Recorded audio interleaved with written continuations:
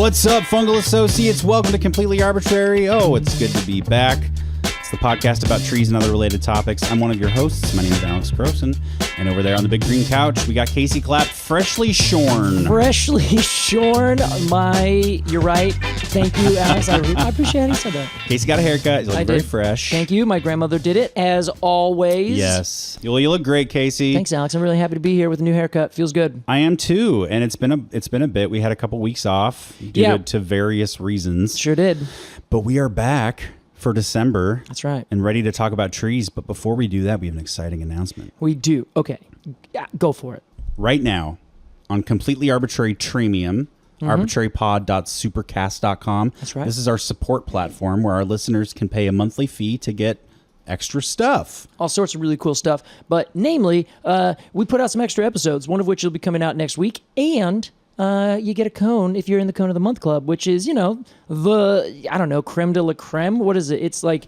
It's the crown and the jewel in the crown. Yeah, it's the penthouse suite of location-based cone clubs. Yes, every month we send you an illustrated sticker of a new conifer cone or a flower or an acorn or a leaf species. Yeah, in fact, we actually went all the way so far as to do bark, specifically made by you, Alex. That's right, yeah. It's beautiful. It's from a eucalyptus. That's right.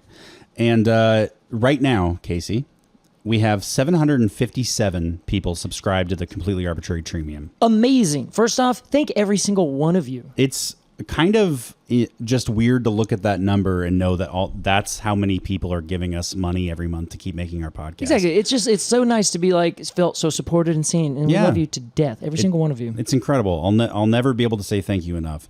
However, we want more. So by the end of the year, Casey, if we reach 800, that is exactly 43 as of right now. Yes, 800 subscribers. Yep. On arbortrarypod.supercast.com by the end of the year. If we get 800 subscribers by the end of the year, we're sending everyone, not just Cone Club subscribers, but everybody who is supporting Completely Arbortrary Treemium, we are sending you all an exclusive sticker. That's right. So here's the deal. This is what Alex and I do in our spare time. We come up with fun ideas. Now, the most fun idea we've had came from Alex not 30 seconds ago. We're giving out a sticker sheet this year. That's right. So we've now, for those of you, let me just back up. We've been doing this show for 5 years now. Wow. And we cannot thank all of you enough. Some of you in that Cone of the Month have been there literally since day one. It's true. And I just cannot believe that. So what we're going to do is we are going to give a sticker sheet out. The sticker sheet is going to be of 5 individual cones or trees otherwise that we cannot believe we have not actually turned into a Cone of the Month cone and sent out. So missed opportunities. Exactly. Missed opportunities, and we're going to choose one from each year, 2021 through 2025. Hell yeah. Then, if we get to 800, everybody, all of you, whether or not you're in the Cone of the Month Club, you will get a bonus cone. Yes. That bonus cone, what's it going to look like? We don't know. Yeah, it's a mystery to even us. But it's going to be really, really cool. We have some great ideas, of course, that we keep in our back pocket for moments exactly like this. Yeah, that's right. A creative rainy day. Yes. So arbortrarypod.supercast.com. That's ARBORTRARY pod.supercast.com to become a Treemium member and get us to that 800 goal, baby. Exactly. So remember, if you're in the Cone of the Month, you're going to get that 5-year anniversary. And if all of you together get to 800, that's when everyone gets that extra cone sticker. I believe we can make this happen. Bonus. Tell your friends, tell your family, get it for a gift for Christmas, and be like, hey, you want to get stickers for a year? Boom, here you go. That would be awesome. I would love that. Well, Casey, in addition to all of this, we're also... What? There's more? There's more. You get the microwave. You get the rolling pin. Wow, Alex is only familiar with infomercials from like 1996. Or the 50s. What are the two? We just had our giant merch pre-sale. That's right. And it's done now. Yeah, and we are sending that merch out to you post-haste. Yeah. It should get to us quite soon here. That's the plan, and then we're sending it out to you as soon as we get it in our hot little hands, so you can get it underneath that tree or in that stocking or however you give out shirts. Yeah, we're going to get those to you ASAP in time for Christmas. And with that, we hop on board a big wooden ship. Oh, do we indeed. It's called the Ark. And we're going to talk about the greatest story ever told today. And the tree we're going to talk about is the Lotus tree. It is? And we're going to do that after a break. We'll be right back with Completely Arbitrary.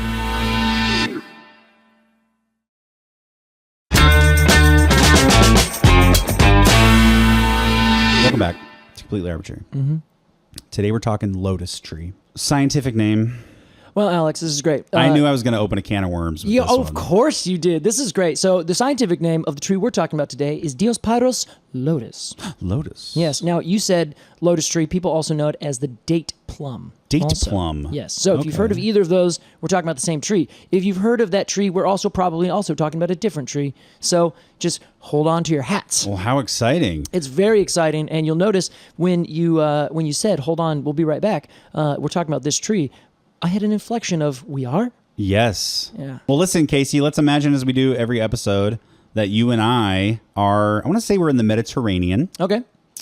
Not literally. We're on the coast. Yeah, all right, fair. And we come across some date plums, a.k.a. lotus trees. Yep. Let's ID this tree. All right. So we are talking about a tree that I initially started to look up, completely unrelated to what we're talking about today. Oh. Completely unrelated to everything. It's going to actually be a tree family. Not even family. Yeah, we're just going to go up to family that we're going to talk about this week, next week, and the week following. Oh my gosh, a three-parter. Yeah, we're going to have a nice little series talking about a tree. Fabulous. Because I think it's a lovely little group. Okay.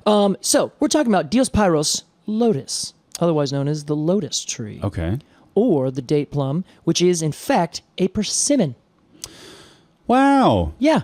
Isn't that fun? That is fun. Now, Alex, are you familiar with persimmons? I mean, there are some outside of my apartment building here. There is, yeah, right in your back area. Yeah, and yeah. I know my dad grew up loving persimmons. Yes, I know a lot of people who have. It was not me, though. I never. Yeah. I don't think I've had one until I was 32. I honestly don't think I've ever had one. Really? Which is bizarre. That is. For a fruit that especially I can get somewhere. I can get out my back door. Yeah, you can literally walk out your back door. Yeah, but I've never had a persimmon. But from what I understand, Diospyros. Diospyros. Oh, Diospyros. Yes, Dios. God on fire. God on fire. Yeah, Diospyros, of course. Are you familiar with what that means, Alex? I think it means two, Dio. Or okay. Dios is God also. Exactly. And then Pyrus is pear.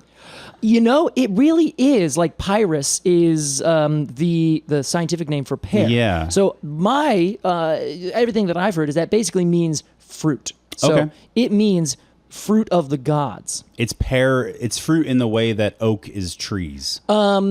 In the old classical exactly. sense. Yes, exactly. Yeah, yeah. And corn, even corn in classical old British just meant like a grain of some kind. Right. Okay. A corn of something. Two fruits. Exactly. So no, not two. God's fruit. God's fruit. Excuse me. It's okay. So it technically, if we were to translate it specifically, it means Zeus's wheat. According to Wikipedia. Fabulous. And etymology things. But really it means divine food or divine fruit. Okay, fruit of the gods. Exactly, fruit of the gods. Okay. So this is like a fruit, the persimmon, that people historically have loved. The persimmon? The persimmon. Are we talking about the persimmon? This is the same thing, Alex. Oh my God. This is half the reason we're doing 3 different things on this. I'm already confused. This little thing. Okay. All right, so let's start here. You ready? His eyes are closed. He's focused. Yes. Diospyros is a genus of about 700 or so species of plants, mostly trees. They're mostly temperate, or very barely temperate, but really tropical. Okay. One side of them are known as the ebonies. That's those big black, hard-wooded trees Yeah. that everyone's famous for carving and things like that. Okay. Those are ebonies. Okay. Those are Diospyros. Now, the Diospyros that we don't grow for the wood, that we grow for the food, are called persimmons. I see. So Diospyros khaki is a persimmon that's growing in your back area. That's the one that you find at the store. That's the one that people eat. It's from China. Khaki. Khakis. Okay. K-A-K-I, I believe. Great. Now, the one we're talking about is Diospyros lotus. And classically, it has been grown for thousands of years, but is probably ultimately native east of the Himalayas in southeastern Asia. Okay. So we're going to stop there, and we're going to describe more about the tree itself. Cool. But because we've already talked about the individual fruit, I want to stick with that. Are you familiar with the fruit of Diospyros? Of the Lotus, Diospyros Lotus? Yes. Well, any of them, because they're all pretty much the same. So persimmon? Yes. Kind of. Okay.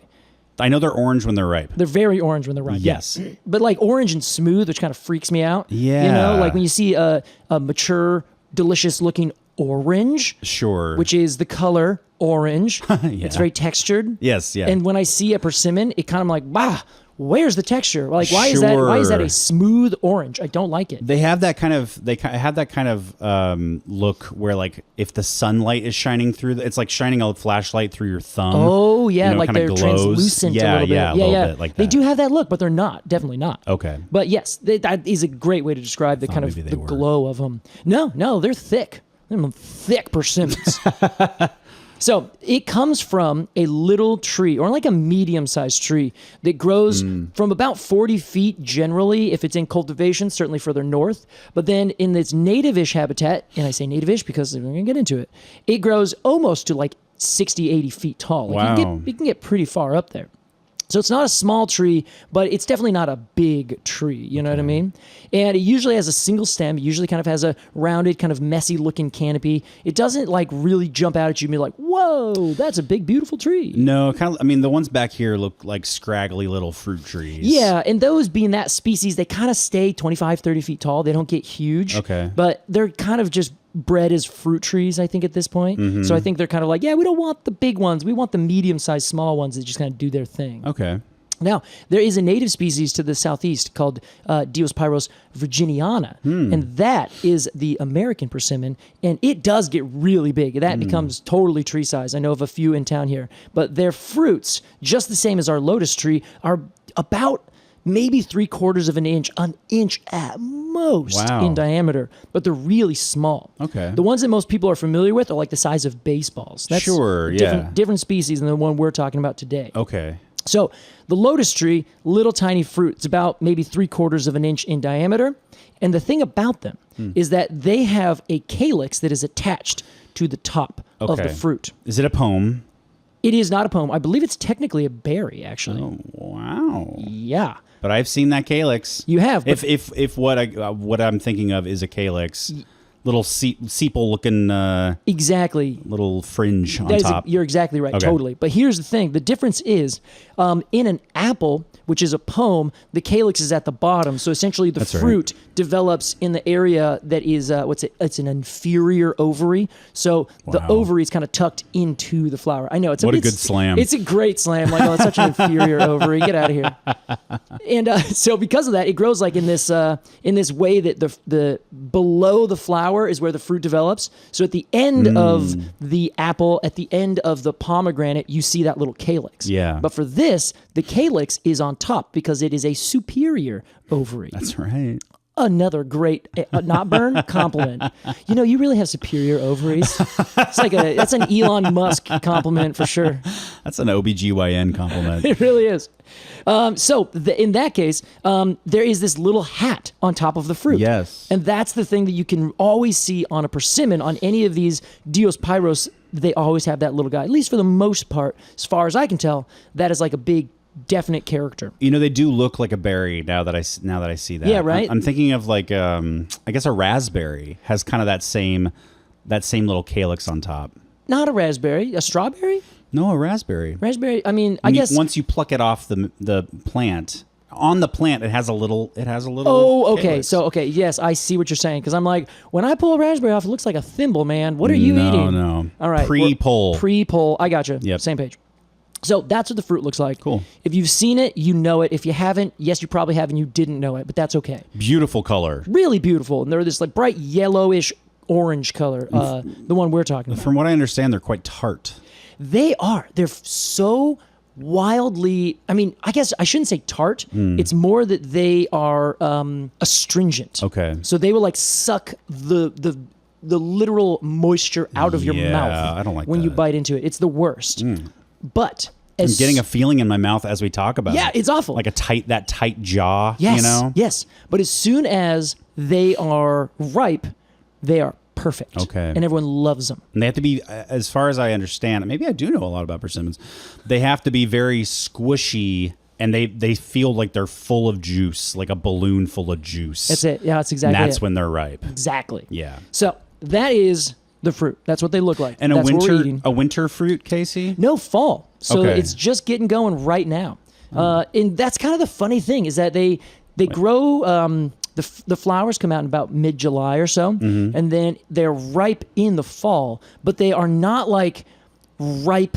And then they're like, man, now we're rotten. They stay on the tree and just kind of kick it. And you can find trees completely devoid of leaves, but covered in these giant bulb-looking things, like Christmas bulbs. Yes. But they're all these big, giant fruit. There's one out back right now. Yeah, so I would go give a little squeeze. In fact, I was walking into the building the other night, and I saw a monstrously large raccoon. Yes. Eating persimmons in the tree. That's beautiful. Living the life. Oh, yeah. It's just like, thanks, guys. I really appreciate you doing this for me. It was frightening. Yeah. I But- love raccoons. I think they're great. I do too. All right. Their little hands. Yeah. I'm told that they're becoming domesticated. Oh, fun. Yeah. Anyway. We'll Love talk me about a pet raccoon. Yes, you would. I can see you having a pet raccoon and a pet skunk and like just this little menagerie of just Yes, like, you know, a little kind of, My temperate woodland menagerie. yes, that's exactly it. Yes, that's what I want. Okay, so those little flowers, they have that little calyx, right? They have male flowers and they have female flowers. And each one grows right in the axil of the leaf. So you have this little thing goes bloop, right from where the leaf and the twig come apart. Okay. The leaves of our tree are also kind of nice because they're really big and really shiny. Have you did you notice anything about your persimmon out in the backyard there? I don't think so. Well, the leaves are really just nice. I would see them and think that's a very pleasurable looking leaf. Like they're the right amount of shiny, they're the right amount of dark green. Yeah. They're big and like they go up to almost 5 or 6 inches. And like they just, gosh dang it, they just look nice. Kind of narrow, yes? Yeah, and they taper on the bottom and they taper on the top. Oh. So they got it going on. I just think they look, I don't know, just nice. They look healthy. They do. That is exactly the right term. Yeah. Yeah. Like if this went to the doctor, they would like slap his cheeks and be like, "He's good to go." You know, it'd be this is a really it's a good specimen. Are they? Do they have serrations of any kind? They don't. They are entire, all around the edge. Entirely cute. Entirely cute. Now they're mostly glabrous. They don't have any hairs on the top or the bottom, except just on the base of the midrib at the bottom of the leaves. Weird. That's it. Okay. I know it's kind of strange, but that's the only thing. It's like essentially it's growing a goatee right there, and that's it. Yeah. It's a soul patch. It's a soul patch. That's exactly what it is. And then let's see. Its bark is like totally worth it. The bark is, at least for the ones that I'm familiar with, and Diospyros Lotus is not an exception. Their bark becomes really intensely like platey. It's like an alligator skin kind of thing, where the plates split up vertically and horizontally, but then they just like keep getting bigger and kind of more bulbous and more intense. Like it looks like the kind of tree you would never want to like mess with. Like it looks like a gargoyle of a tree when it gets really old and has this really intense thick bark. Yeah. I love it. It kind of looks like utility bark that like got an upgrade. Yeah, it's like It's right on the verge there. I agree, and I think the verge I think it gets further and further from the verge in the positive sense as soon as it gets older. Okay. Because once it gets to a certain age, you're like, oh yeah, you are not utility bark. I see. When it's younger, you're kind of like, well, okay, I see what you're going for. Gray plates. We need you to get there. Gray plates are just so boring. Really? So okay, it depends on the plate for me, Alex. That's fair. But that's okay. Your bark is your own. So our tree, like I said, is native to a beautiful part of the world, which is southeastern and south and eastern Asia. Okay. It so happens that this tree has been used for all sorts of different things, from some little extracts from the leaves, and the wood, of course, has been used for a lot of different stuff. But it's really the fruit that has garnered this tree such praise across the world. Okay. And so much so that it has been traversed from China across the Silk Roads over to the rest of Europe, specifically, though, Southern Europe. And if you look at the native range, I say with quotes, it very, very convincingly follows what the Silk Road trade routes used to be. Interesting. Okay. So you can watch and say, okay, that's where the trade routes used to be. That's the exact area that this tree appears to be native. They're eating the fruits and spitting out the seeds on the side of the road. Exactly. Or and then someone's like, great, I'm going to grow that tree now too. Or, oh, seeds from that? Yes, I'll take it. Yeah, you know? yeah. So intentionally or not, the tree has moved, I think, from Southeast Asia over to Southern Europe. Okay. Now, I want to transition from talking about that really fast, Alex, to talking about some myths related to this tree. Do tell. Because this is really where it took me off to another level. Okay. Because I was really thinking like, oh, I want to look up the persimmon. I'm going to talk about the persimmon. Ended up finding that there's a bunch of weird persimmons that people eat. There's one that looks like a peach, like it's really fuzzy, Ooh. and it looks like it's a completely rotten piece of fruit. But then if you zoom in, you're like, oh no, it's just covered in like peach fuzz on the entire thing. So I almost was like, oh, let's go talk about that. Then there's another one that is the one that, like I said, is from Southeast United States. There's one from Texas. Like it's kind of this nearly cosmopolitan group of trees. And then I ran across the lotus tree. And I was like, what is the lotus tree? And it turns out it is a tree that comes from a few different myths. Now, the first one is by Ovid. You remember Ovid? Wow, I don't. Oh, I'm really glad you're like, wow. No. The Eggman, as I call him. Yeah, which is, thank you, that's a good name. I'm glad that's how you remember it. So Ovid is a Roman poet. Well, I should say was a Roman poet. I don't think he's still with us. If you're an artist, your art lives forever. So True. Ovid is still alive as long as we are saying his name. Okay, I appreciate that. That is, what is that? That's the third death. Yes, that's right. Yeah. So he wrote a famous big poem called Metamorphosis that we've talked about a few different times before. Oh, yeah. Right, like creation myths for like the daffodil. Exactly. And the weeping willow and the bay tree, all these things. It's a wonderful piece of work. And in Metamorphosis, there is a young nymph named Lotus. Oh. And that's Lotis. Okay. So Lotus is the daughter of Neptune. And Neptune, you may recall, is the god of sea and water. I think mostly just ocean. So Lotus was trying to escape another god named Priapus. Okay. Do you know who Priapus is? Not at all. Well, Priapus is the Greek and Roman god of gardens and male generative power. I'm assuming that Priapus was a bit of a nefarious character. Yes, well, that is male generative power. Okay. So anyway, so that's where it got the name. Lotus was like, hey, God, Dad, could you help me? And he turned her into the lotus tree. Now, so we have this lotus tree, which is famous. It's in the Greek mythos, so to speak. It's this tree called the lotus tree. So I'm like, okay, wonderful. Now, the thing about the lotus fruit is that if you eat it, you will find yourself feeling very sedated. You'll find yourself almost like you're on an opiate or you're on a narcotic of some kind. So you basically feel tired, relaxed, unmotivated, and you're like totally cool with it. You're not like, I really want to do something, but I'm just lazy. Is this real or in the myth? Okay. I don't know, Alex. Yeah. Casey raised his eyebrows and did intensely saying, hey, well, that's what we're going to be talking about. Okay. So basically that's how it works. You eat this and you like fall asleep. You become very lethargic. It's very much like, it sounds like a narcotic kind of drug. Yeah. Where you're not altogether lazy. You're just like, meh, I don't really care. Okay. And you're having a good time. Sounds nice. Now, you familiar with the Odyssey, are you, my friend? Yes, by Homer. Yes, Homer. So Homer Not made, that one. Whoa, what if it was? That would be amazing. Yeah. So Homer's The Odyssey. Yes. That is the story of Odysseus leaving the Trojan War, which he had just, I think, did they succeed? I think they did because Troy fell and all that stuff, right? Okay, and Odysseus was the other team? Yes, exactly. He was on the side of the Spartans because famously Paris of Troy took Helen from Menelaus.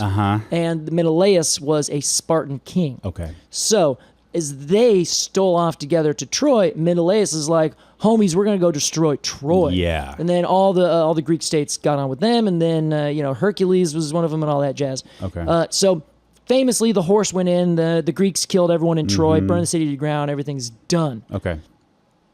Then Odysseus, one of the heroes of the Trojan War, is like, it's time to go home. He is the king of Ithaca. So he gets a whole crew of people together, his old Ithacians, and he's like, we are going home. And it takes him 10 years. Whoa. Why? Because the gods, for whatever reason, it's been a long time since I've really done the cliff notes on this. They're just like, he gets all these different things thrown at him. Yeah, like maybe he should have died in that war. It was his fate to die in the war. Right? And so, or it's his fate to like have this, everyone that he loves and cares about around him die on his way home. It's too bad. Exactly. So he is, I guess it's not everyone he loves, it's just like his crew and all that kind of stuff. So as he's going, he ends up getting blown off course by foul winds as he's going underneath the Peloponnese, which is the southernmost peninsula in Greece. Okay. And he ends up getting blown for 9 days, and on the 10th day, he lands at the land of the Lotus Eaters, otherwise known as the Lotophages. Wow. Do you know phages? Remember yeah. Balanophages are acorn eaters? That's right, yes. Yeah. And there's some other like mythical creature that's a something phagi, but it's like a Death Eater.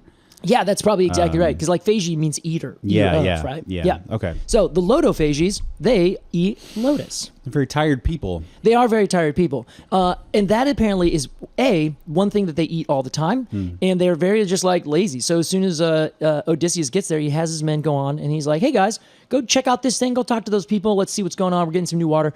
And it turns out that those folks are like, hey, yeah, welcome. You guys, you want some lotus? Oh boy. And Odysseus' men are like, yeah, let me have it.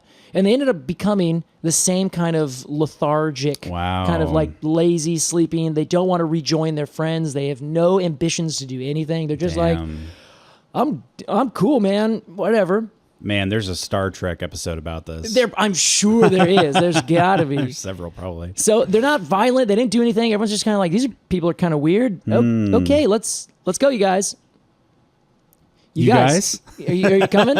And apparently Odysseus had to literally like rip them from their stupor and like take them back to the ship because they were like, we don't really care anymore. Wow. So he's like, you guys are coming with me. He got them back on the ship and then made them fast for like a couple days on the journey. Get it out of their system. Exactly. And so I just kind of thought that was funny. He's like, all right, no food for you, assholes. You ate the sleepy fruit. You've eaten too much. So that's like this big thing, and everyone has been like, "What is that fruit that they ate? What's the lotus tree?" We know it's talked about all over the place. So people have tried to figure out what is the lotus tree, and for most people, it is Diospyros lotus. Yeah. It is this tree that has these funny little fruit with these little calyx on it that are delicious. Okay. Or not. Tell me more. This is where I was like, hold on, wait, are we getting another apple right here? Oh. And that is what, of course, piqued my interest because I was like, is there another tree with stolen valor? Yes, trying like to destroy the quince. Yes, exactly. So here is what I want to do for the next, 7 to 10 minutes. Okay. I want to figure out which one we think it is, and I have some things that I want to, some arguments I'd like to present to you if you'd be willing. Yeah, I'd be willing. Okay, so according to what we can glean, this is the primary food source of these people.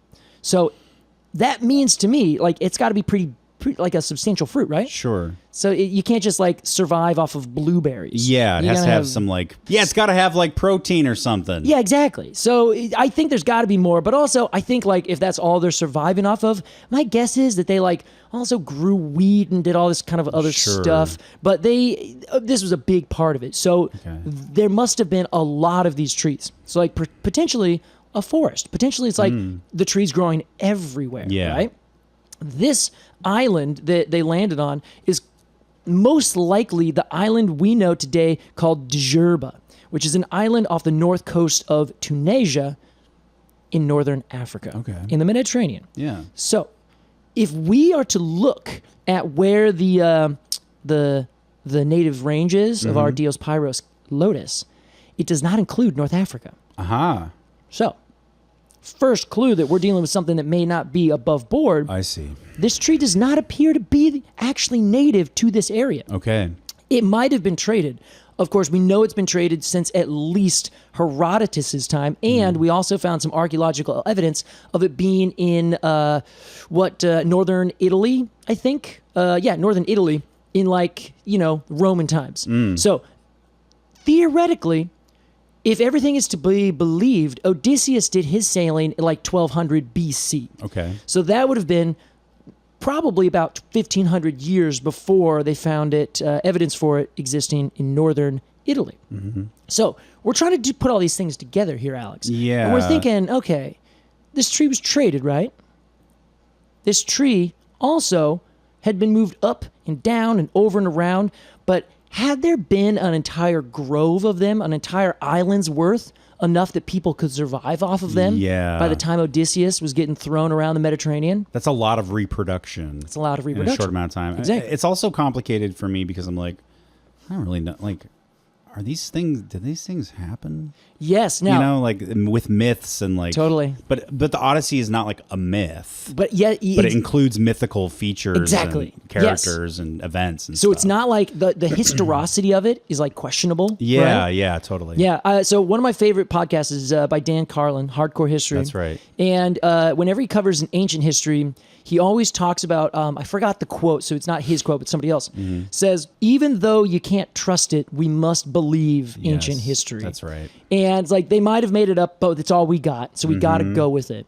And the Odyssey and the Iliad are probably like these oral traditions that had been known by everybody for a really long time. So, of course, they added in gods. Everything had to do with gods back then, and everyone believed it. So it wasn't like, okay, well, here's what really happened, but that was actually the god, you know? Yeah. There was none of that. It was all the same thing, right? Homer just wrote it down. He didn't come up with all this shit. Yeah, pretty much, and just did it in a really nice way. Okay. I choose, let's believe it and just go down the path. Okay, right? I'll commit, yeah. Yes. So the last thing, in the 5th century BC, Herodotus, the ancient Greek historian, said that it still exists. It's still around. This would be about 1,000 years later after the Odyssey, after that was like written down.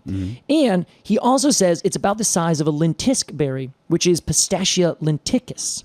Now, that is a teeny tiny little berry, like about the size of a pea, maybe a little bit bigger, like less than 1/4 of an inch in diameter. Yeah. So that is a teeny tiny little berry that is like, okay, it's way different than the persimmon-sized berry, which is like 3/4 of an inch. Yeah. So like the size doesn't quite match up.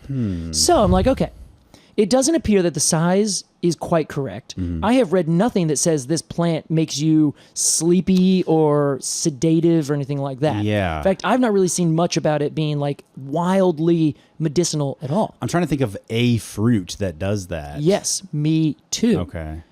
Have you come up with anything? No, because I just started. Okay, well, when you do, let me know.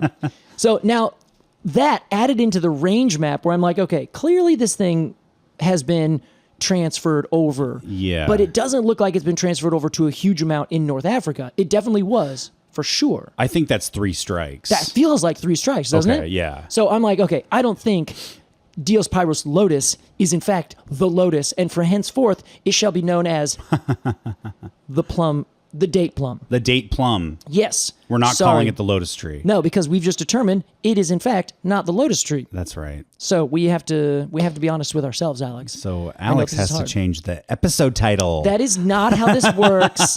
No. You keep it exactly the way it's kept. But right now, from now on, there's going to be a little like electrical buzz. Yeah, I have my button right over here. Okay. So if you say lotus tree, referring to Diospyros khaki again. Yeah, my chair is going to tip back into a pit of fire. Exactly, and you're just going to go fling it off. It'll be like that thing in Casper. Okay. Do you remember Casper the Friendly Ghost? Yeah, I was thinking Austin Powers. Oh, okay, Dr. Evil. Yeah, no, he is like that that thing. He presses a button and like the chair goes from a chair to like a little chute, and the kid goes down into the whole thing. Yes, wow. Man, I remember watching that being like, that's the coolest thing I've ever seen in my life. That is really cool. It's like Batman. Yes, yeah, kind of, except a friendly ghost. Yeah. Okay, so Alex, I've done your thinking for us. There are 2 other options that could be this tree. Oh, wow. Are you ready? Sure. Okay. The first is the lotus tree, Celtis australis. Oh, this is not even the same family. No. completely different. This is in Cannabaceae. This is in the cannabis family. Do tell. Oh, wow. It actually is not used for anything that you would be stoked about. This is the European hackberry. Hackberry? Okay. Yes. So the European hackberry is native to the correct part of the world that we're looking for. And hackberries, though, yes, we have not talked about them yet, they have little teeny tiny berries. I really want to talk about a hackberry, so maybe we'll put that on the list. Yeah, let's do it sometime. So this little hackberry is a tiny little berry about the size of a pea that pops out from underneath the twigs from the leaf axil as well. So that matches a little bit about our tree, but they have these little tiny berries that are just on these tiny little stems, and they're actually kind of quite adorable because you kind of lift up the branch a little bit, and there's like all these little dangly berries right underneath. I like this. I think it's really cute. That tree grows where we want it to grow. It also is the size that Herodotus says that they are. Yes. But the thing is, there's nothing about this tree that seems remotely medicinal. It also, being so small, I'm like, this doesn't really seem like it's going to be feeding a whole lot of people. Sure. You know? Well, if you have enough of them, if you have could say the same enough. thing about almonds. I suppose that is fair, but like I don't know. You've seen them. You see what they look like, right? They look like the size of an olive. Oh, they are way smaller than that. Oh, really? Yes, they're like a pea, maybe a quarter of an inch at most. I see. So they're still very small. And nothing medicinal? Not that I can tell. Although they do have, to me, what is a very medicinal color. Sort of maroon. Yes. Yeah, it does Just look looks really medicinal nice. to It me. looks tasty to me. I think it's because of Robitussin. Oh, really? That's it? So the color, like Potentially, purplish yeah. red, is like health. That's medicine. Okay, good. It's like a I health like this. potion. Yeah. That's really good to know. Everybody out there developing new health medicine. Make it red. Make it red. Make it look like medicine. Yes. So it's also very sweet, which is something that Herodotus said. He said that it is about the size of the lentisk berry, and it is sweet like a date. Okay. So, I'm not convinced that it is Celtis australis, but that is another tree that people commonly say, oh, this is the lotus tree. Okay. We have one more option. Oh my God, it better be it. This is the lotus tree. Ziziphus lotus. Sisyphus? Sisyphus! Now, sadly, Who is Sisyphus? Sisyphus. Oh, you might be thinking of Sisyphus. I am thinking of Sisyphus, who famously carried a rock. had to push the rock up the hill. Yeah, Yeah. so it could roll down the other side. That's right. Yeah. As Andrew Bird says, you know what? Let the rock roll. That's right. Love that song. It's a great song. It's a good song, yeah. So, this third candidate is the jujube, but it's not the jujube that you're thinking of. Like the candy? I didn't even know there's a candy. There is a candy called a jujube, Oh. but there is another plant called the jujube. Yes, there is a jujube tree, and that one is Ziziphus jujube, which is just like, get out of here with scientific names. I'm sorry, Ziziphus jujuba. I remember this one. Yes? Yeah, I love it. period. Okay, done. End of conversation. This is another tree that we've been like meaning to cover for a long time. I just love the name. I think we talked about this the last time. We're like, oh, we got to cover that just because the name alone is worth saying 200 times. They're great. They're cute little fruit, too. They really are. And that is a very similar fruit to Ziziphus lotus, our third lotus tree candidate. Okay. The Ziziphus lotus, Yeah. our third and final option, grows exactly where we want it to grow. Not only does it grow in North Africa, specifically in Tunisia, it is known and like it is the tree. Like it's a crop. It is there. And every time I've looked it up, all the scientific papers talk about it. And they're like, oh, yes, this thing, it's called cedra, which is Sedra. That is their term for the jujube. Okay. So this is not only a very common, like super common, like this is what we export kind of crop, Yeah. common in Tunisia, in this area in particular. Okay. It also is known for a lot of medicinal things. Like? Anti-diabetes. Oh, okay. It treats bronchitis, diarrhea, and it's used as a sedative and to treat insomnia. You don't say. You don't say. It's also used to lure sailors to a sedentary lifestyle? Yes, is that what's happening here too? Might be. How about that? So I personally having gone through this, just looking at just only the facts here, Alex. Yes. I think that Sisyphus Lotus is in fact our true Lotus tree. I think that the Lotus tree, otherwise known as Diospyros Lotus, Yes. that one is an interloper who either came afterwards or on the heels of Sisyphus. Wow. On the From heels of Sisyphus.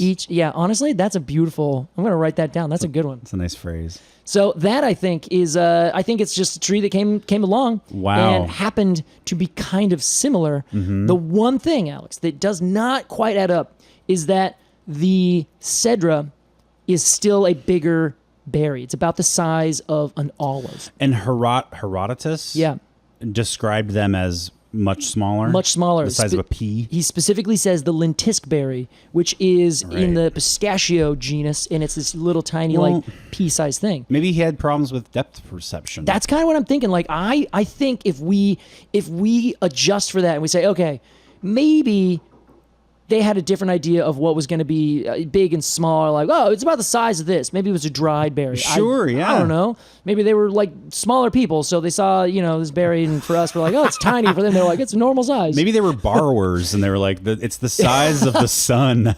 Yeah, exactly. Everything's in perspective, right? So I think. Okay. So you said the first one's got 3 strikes against it. Yeah. This one has 2 strikes for, and maybe like a neutral strike. I say, there's a saying, I don't know who said this, but a good album, good music album, has 4 great songs and no bad ones. Oh, okay, yeah. And so I think having 2 strikes for this tree, even if that third one's not really a strike, it's like, it could be. It could go It's either a little way. wishy-washy. Yeah. I think this is our winner. You think so? Yeah. Okay. I think so then too. What do they win? They win. We got to redo this entire episode. Oh, no. And actually talk about Sisyphus Lotus.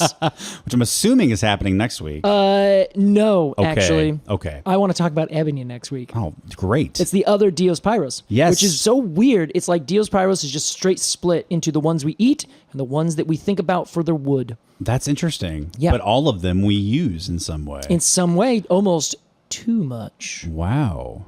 Well, Casey, we got to give a rate. I don't even know where we are anymore. We got to give a rating to something. And we got to do that after a quick break. We're going to travel home, find out our wife has been cucking us, and then give this tree a review. We'll be right back with Completely Arbortrary.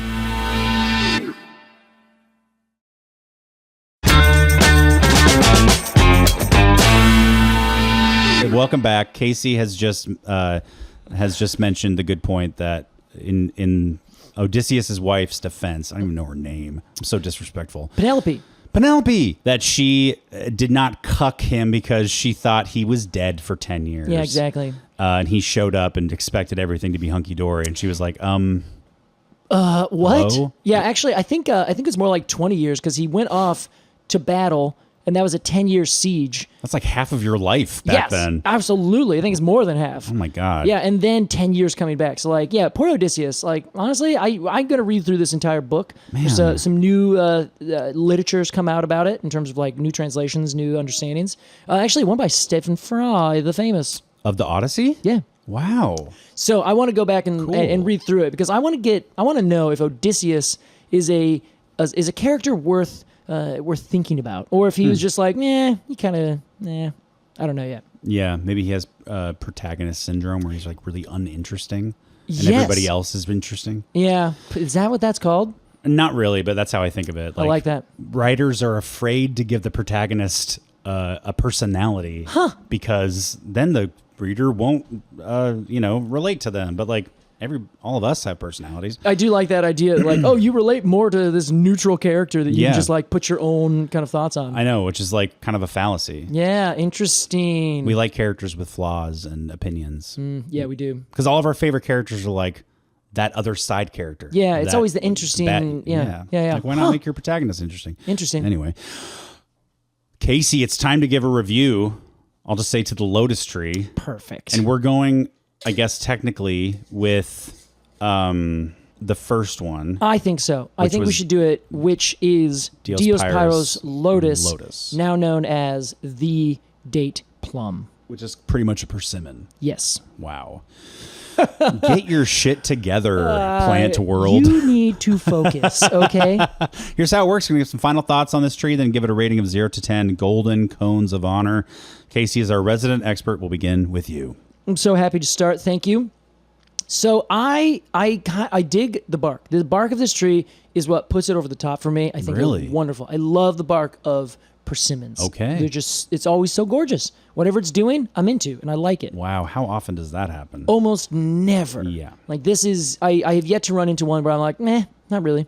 Especially as they get older, like I was saying, incredible. The ones I know in Portland, it's wild. Great. Great. Cool. So that gets me, that's pushing it up for me. Mm-hmm. The little fruit is untasty and I don't like it. Okay. So that brings it down because I don't know, it's a texture thing for me. I think the flavor's probably fine, but they're just kind of like, they're jelly-ish. I don't know. Yeah. They're kind of a mix between everything, and I can't decide what it is, but I'm just like, nah. I think a lot of people turn it into juice Really? and put a bunch of sugar in it. That would make sense. Or like smash it into like some other thing. Yeah, I don't know. like a jelly or something, Yeah. or a jam. Yeah. Either way, it's not my jam, so to speak. So Persimmon marmalade, I think, is a thing. Is it a thing? Yes, Okay. sorry. That totally makes sense. Yep. So I'm like, meh, not really. Whatever, fine with it. Okay. The leaves, as you know, I like a lot. That's right. So the history, I think, is the thing that's going to make it or break it. Because I think that there's something about this tree that would be like, love it, don't love it, like it, don't like it, somewhere in between, and that kind of makes it a neutral, somewhere in the sixes for me. Okay. But because of this history, I kind of like it, kind of just slowly but surely creeping over and taking over. Unlike the apple, where I was kind of like, apple, stolen valor. You said that specifically, and I was like, that's a perfect description. I don't like the apple because of that and other things. The persimmon, though, for whatever reason, I still like it.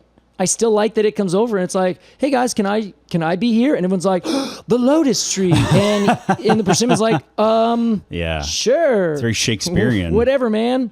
Exactly. I was like, Mistaken identity. I'll do it if that's what you're telling me to do. And then the Sisyphus over there with all of its little thorns growing like a shrub is just like, hey guys, what about me? I'll put you to sleep. And they're like, no, this is a tree. So I'm going to give it a 7.2. Wow. It's just like, somewhere in the middle. That's nice. Maybe I'll dock it from 7.5 to 7.2 because it's, it did steal a little bit. Okay. But, I like what you did when you got it. Yeah. Yeah. We have to, I guess, decide did it steal or was it gifted? Yes. This reputation. I feel like it was gifted. I think so too. I truly believe that. So I think that in this case, 7.2 feels reasonable for me. Fabulous. 7.2 golden cones of honor. There's where I'm at. For the lotus tree, the persimmon thing, What the do you- date plum, excuse me. Man, I almost zung ya. Now, What do you think, Alex? this is one of those interesting, like, there's so many different names and crossed wires where I'm like, what am I even rating anymore? Because when I think of persimmon, I think of the ones in the back, which are not this species. Yes. So I'm reduced to a Google search. Yeah, pathetic. And I'm like, yeah, well, that's fine. However, you and I both know that you and I both love any sort of history. Love it when a tree. Not any sort, Yeah. but I love ancient history and ancient Greek things and myths and Roman stuff. Not quite as intensely as you, but that goes a long way. It does. It helps. Like add such richness. There's some mystique around it. Yeah, there's some depth to the story now. However, none of the elements of this tree are like blowing me away. Really? Like as a tree. Yes. I think it's kind of totally just hear you. okay. Yeah. Did we talk about the flower really? Yeah, it's because it's like meh. See, I sort of thought the flower would look like a lotus. No, doesn't at all. And you're thinking So like disappointing. Are you thinking the lotus that like grows on a pond? Yeah. Yeah. See, there's a whole other thing that we can talk I about. see. That's not good. See, I agree. And I think that the lotus from like that side of the world, I think that is us taking the Greek nymph and adding it to that name. So I think this Greek name is kind of spread throughout all these different plants because the flowers don't look anything like it. So I don't really know why lotus is over everywhere. Yeah. Doesn't make any sense. Well, gosh, I feel bad. No, it's okay. Your cones are your own, but we're going to judge you no matter what you do. I'm doing like a 3.2. 3.2. I feel nasty. You know when you meet somebody and you're like, oh, you immediately get like a red flag warning. Yeah. Like their energy is odd and you don't like that. And you're like, I'm not going to like this person. It's kind of how I feel about this tree. Whoa. I'm like, I don't know. It's too much. Just go away. Interesting. 3.2. Now I got to wonder how many people have thought that about me. I'm assuming none. I disagree. I bet I've made a couple people be like, I don't like that guy. I know at least one person. I think I remember someone saying that. They're like, I don't like you. And I was like, okay. I mean, that's forward. I'm thinking of one person that I feel this way about. Don't bring it up. We don't want to burn any bridges here. I would be fine burning the bridge with him. But you are nothing like him. Oh. And nobody I know is anything like him. He's like his own special little breed of shit. So Casey, if this is you, call us in. Casey, that was the Lotus tree. It sure was. Whatever it is, that's what it was. Every time I go to say the name. Yeah, I know. He gets worried. He's about to be zapped by electricity. Well, Casey, it's time for our completely arbitrary AMA. Let's do it, you guys. Don't tell Alex, but this button that I have next to me, it's fake. It delivers pizza. Casey, if you want to ask a podcast question on the podcast, you're the host, so it's not a problem. But if you listener want to ask a question on the podcast, become a Treemium member and get us to that 800 at arbitrarypod.supercast.com. Go over to the AMA and ask away. And this week we got one from Dana. Hi, Dana. Dana says, so I just listened to the Urban Trees and Racism episode. Okay. And I'm wondering if you guys and your followers are familiar with the following. And I'm going to read some websites here, Casey. Okay. I'm going to type them in. itreetools.org, treecanopy.us, and selecttree.calpoly.edu. Now, Dana says these are tools for urban foresters, homeowners, and other people looking to find the right tree for the right place. And then the iTree tools canopy data that we were talking about in that racism episode. Yes, totally. So I thought this would be a fun one because these are 3 resources that our listeners can use if they're looking for specific tree things. I, however, could open these websites and be like, I don't know what this is telling me to do. Yeah.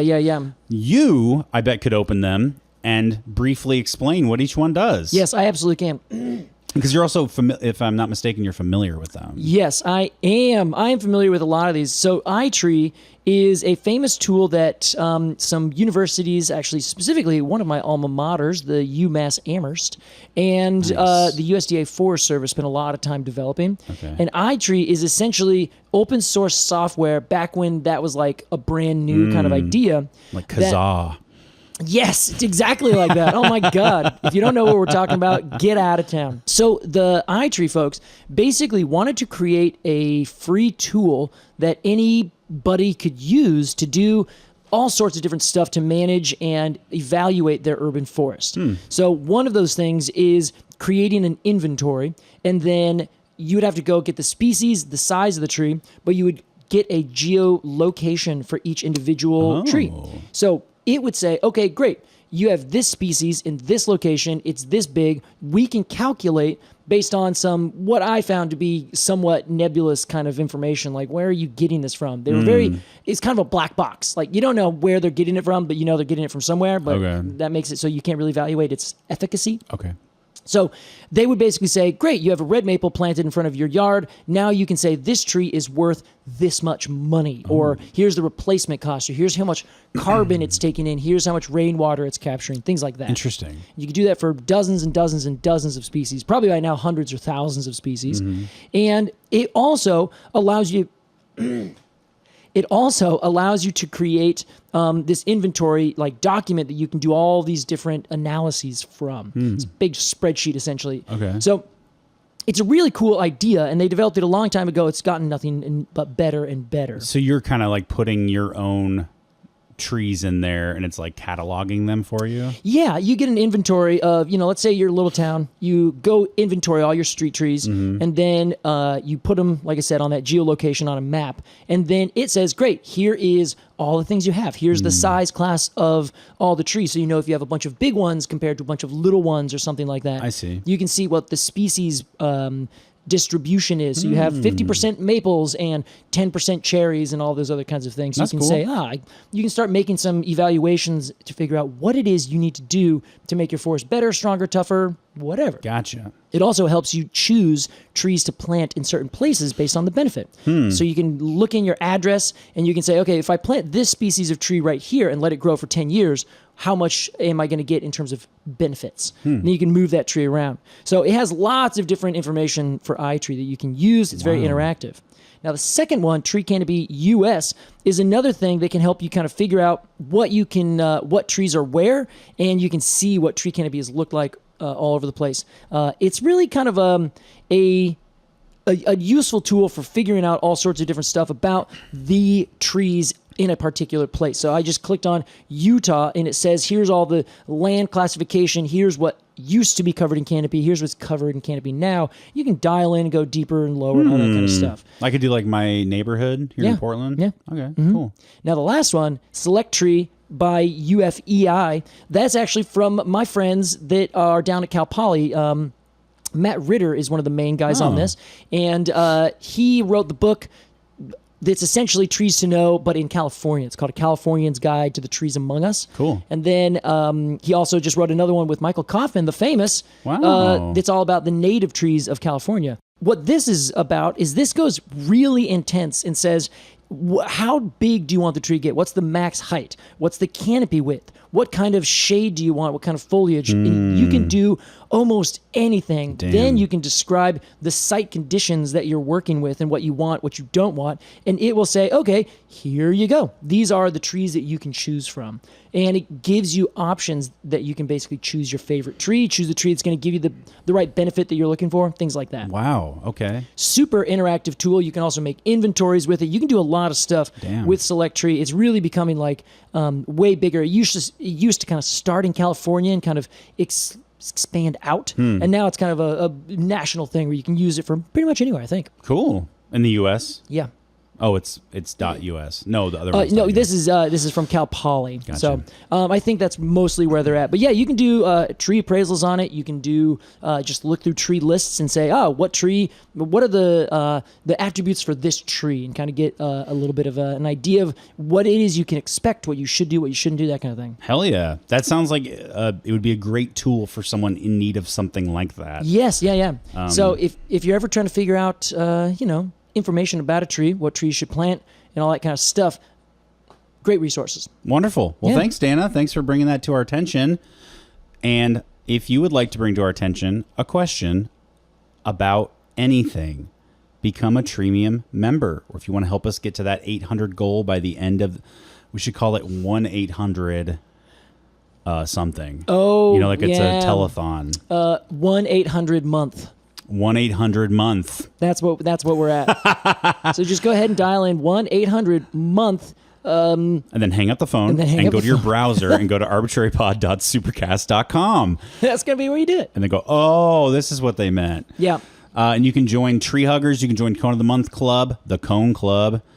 And it's the best way to support the podcast. That is. And I think it's quite fun. If I wasn't, I do think it's fun, but if I was a listener of this podcast, I think I would be a Cone Club member. Yeah, I think I would too, because I really like these stickers. They're my favorites. It's so cool. They're beautiful. And you also get access to our entire back catalog of stickers. That's right. You go, well, it's been going for 5 years. 5 years. Must be 5 times 12 stickers. I think we have 56 stickers. Yes, exactly. You can access all of them, motherfucker, on the secret Cone store. Oh my God. Sorry, I'm a little riled up. Yeah, he's intense. All right, Casey, clap. That's right, Alex Crowson. Thanks for talking about the Odyssey, and I'm looking forward to the new Christopher Nolan film, The Odyssey. Even though I'm not a fan of Christopher Nolan as a filmmaker, I did not know that was a thing that's even happening. He is making the Odyssey. Whoa, it's a star-studded cast. Yeah, who's Odysseus? I forget. If it's not, what's his name? Bean. then I'm going to be upset. What's Edard Stark? Sean Bean. Sean Bean. If it's not Sean Bean, I'm out of here. About to blow your mind. What? It's Matt Damon. Matt Damon? No way. Matt Damon is Odysseus? He's hit and miss. He could nail it. I do like Matt Damon, but my God. Yeah. Odysseus? He looks rough. Does he look Greek? No. Uh-oh. But I don't even think those people looked Greek. Well, okay, does he look like he's from Ithaca? I don't know. Yes, New York. Wow, I am stunned by this. Well, as Casey reels with this new information, to you we say thank you so much for listening to this episode of Completely Arbitrary. Hey, we'll see you for the next one. Bye-bye.